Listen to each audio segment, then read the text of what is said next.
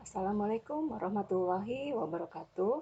Hari ini kita belajar fisika yaitu tentang kalor dan perpindahannya bersama Ibu Pangastuti Sri Mulyani. Apa itu kalor? Kalor ini adalah energi. Jadi kalor adalah bentuk energi berupa panas. Nah, dia akan mengalami perpindahan dari tempat yang bersuhu lebih tinggi menuju ke tempat yang suhunya lebih rendah. Satuan dari kalor ini adalah kalori atau joule. Ya. Nah, pada pembahasan kalor kita pasti akan menghitung yang namanya kalor jenis dan kapasitas kalor. Apa itu kalor jenis? Kalor jenis adalah sebuah karakteristik atau sifat zat yang menunjukkan kemampuan menyerap kalor. Nah, untuk menghitung kalor jenis, kita menggunakan rumus Q sama dengan M dikali C dikali delta T, di mana di sini Q ini adalah kalor, satuannya adalah joule, C adalah kalor jenis, satuannya adalah joule per kilogram derajat Celcius. M adalah massa, satuannya adalah kilo, dan delta T adalah perubahan suhu, satuannya adalah derajat Celcius. Kita contohkan soal ya. Misalkan suatu zat bermassa 3 kilo membutuhkan kalor sebanyak 9,45 kilojoule untuk menaikkan suhu dari 20 derajat Celcius ke 90 derajat Celcius. Tentukan kalor jenis zat tersebut. Ingat tadi kalor jenis adalah kemampuan untuk menyerap kalor. Masanya adalah 3 kilogram. Q atau kalor yang diperlukan adalah 9,45 kilojoule. Kalau kita buat ke joule tinggal dikalikan 1000 menjadi 9450 joule. Delta T-nya adalah 90 dikurangi 20 sama dengan 70 derajat Celcius. Yang ditanyakan adalah kalor jenis atau C kecil. Nah, ini kita bisa dengan rumus C sama dengan Q per M delta T. Dari rumus yang awalnya Q sama dengan M kali C kali delta T, karena C-nya ditanya, berarti Q dibagi M kali delta T, di mana Q-nya adalah 9450 Joule, M-nya adalah 3 kilogram, dan 70 itu adalah delta T-nya. Ya. Sehingga kalor jenis dari zat yang kita ukur adalah 45 Joule per kilogram derajat Celcius. Contoh berikutnya adalah kapasitas kalor. Apa itu kapasitas kalor? Kapasitas kalor adalah banyaknya energi yang diperlukan untuk menaikkan suhu zat sebesar 1 derajat Celcius. Ya. Ibu contohkan begini satu soal ya. Dalam suatu percobaan digunakan lempeng aluminium bermassa 2 kg.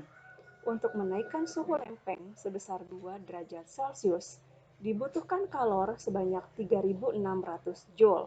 Tentukan kapasitas kalor lempeng tersebut. Di sini yang diketahui adalah massanya 2 kilo. Delta T-nya adalah 2 derajat Celcius. Q-nya sama dengan 3600 Joule. Yang ditanya adalah kapasitas kalor. Nah, pada kapasitas kalor kita harus mencari dulu kalor jenisnya. Pakai rumus yang tadi sudah kita pelajari di contoh soal yang pertama. Mencari kalor jenisnya yaitu Q sama dengan Q per M dikali delta T. Q-nya berapa? 3600. Masanya 2 kg dan delta T-nya adalah 2 derajat Celcius. Di sini diketahui adalah kalor jenisnya 900 Joule per kilogram derajat Celcius. Barulah setelah kalor jenis diketahui, kita bisa mengetahui berapa kapasitas kalor tersebut dengan menggunakan rumus kapasitas kalor sama dengan massa dikali dengan kalor jenis. Ya, di mana C besar, jadi jangan kebalik ya, kalau C besar itu adalah kapasitas kalor, sedangkan C kecil adalah kalor jenis. Nah, sehingga kapasitas kalor yang dibutuhkan adalah M-nya 2, kalor jenisnya adalah 900, jadi 1800 Joule per derajat Celcius. Perhatikan di sini ada juga perbedaan satuannya ya. Kalau kalor jenis Joule per kilogram derajat Celcius, Sedangkan kapasitas kalor adalah Joule per derajat Celcius. Karena eh, pengertian dari kapasitas kalor ini adalah banyaknya energi yang diperlukan untuk menaikkan suhu zat sebesar 1 derajat Celcius. Jadi hanya diperuntukkan untuk berapa besar energinya, lalu dia satuan untuk menaikkan suhu zat tersebut 1 derajat Celcius. Jadi tidak ada satuan kilogram di sini atau satuan massanya. Berikutnya pada kalor ini ada menggunakan asas Black. Apa itu asas Black?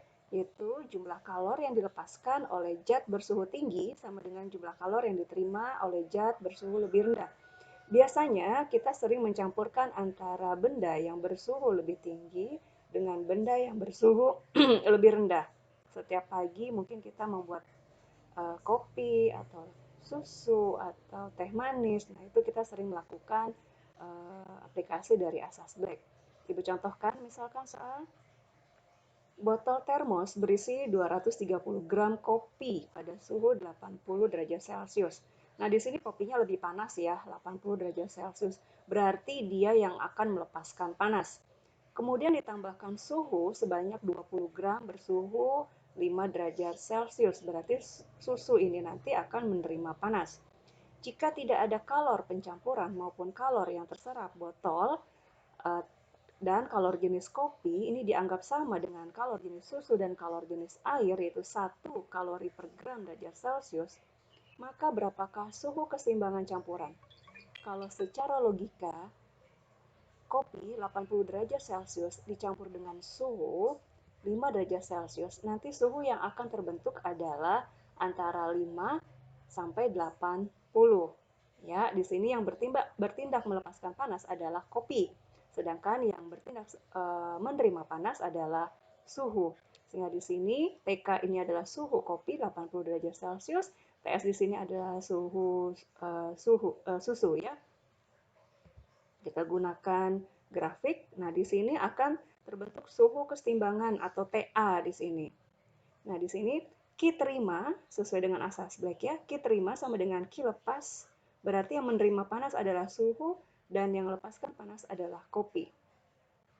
Q masih ingat tadi yang di kalor jenis M kali C kalor jenis kali delta T. Begitu juga dengan yang kopinya. Nah, di sini MS kali CS. Nah, delta T-nya bagaimana? Kalau dia menerima panas, berarti suhu keseimbangannya atau suhu akhirnya ini yang lebih besar, berarti ada di depan sini. Ya, ada di depan. Lalu dikurangi suhu susunya. Tapi kalau kopi dia melepaskan panas, berarti suhu keseimbangannya lebih kecil dibanding dengan suhu mula-mula dari kopi. Berarti dia ada di belakangnya gitu.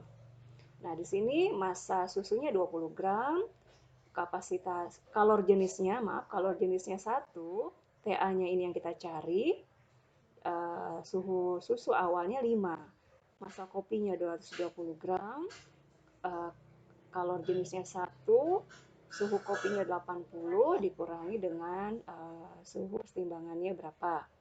Nah, berarti di sini 20 kali 1, 20. Ya. TA min 5. Oke, kita sederhanakan. 230 kali 80 min TA. Berarti di sini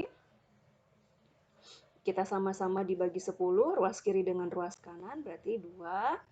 Ya, kita sederhanakan biasa. Berarti 2 TA min 10 sama dengan 1840 minus 23 TA. Nah, TA-nya kita kumpulkan di ruas sebelah kiri menjadi 2 TA. Ini tanda minnya, pindah ruas ke sebelah kiri menjadi plus. Plus 23 TA sama dengan 1840 minus 10-nya pindah ruas ke kanan menjadi plus. Sehingga 25 TA sama dengan 1850. Dan TA bisa kita cari 1850 dibagi dengan 25. Sehingga suhu keseimbangannya adalah 74 derajat Celcius. Jadi setelah kopi dicampur dengan dengan susu keseimbangannya terbentuk adalah 74 derajat Celcius. Jadi ingat antara 5 sampai 80 nggak mungkin lebih dari 80 dan kurang daripada 5 derajat Celcius. Pasti ada yang di tengah-tengah. Tuh. Sekarang perpindahan kalor. Perpindahan kalor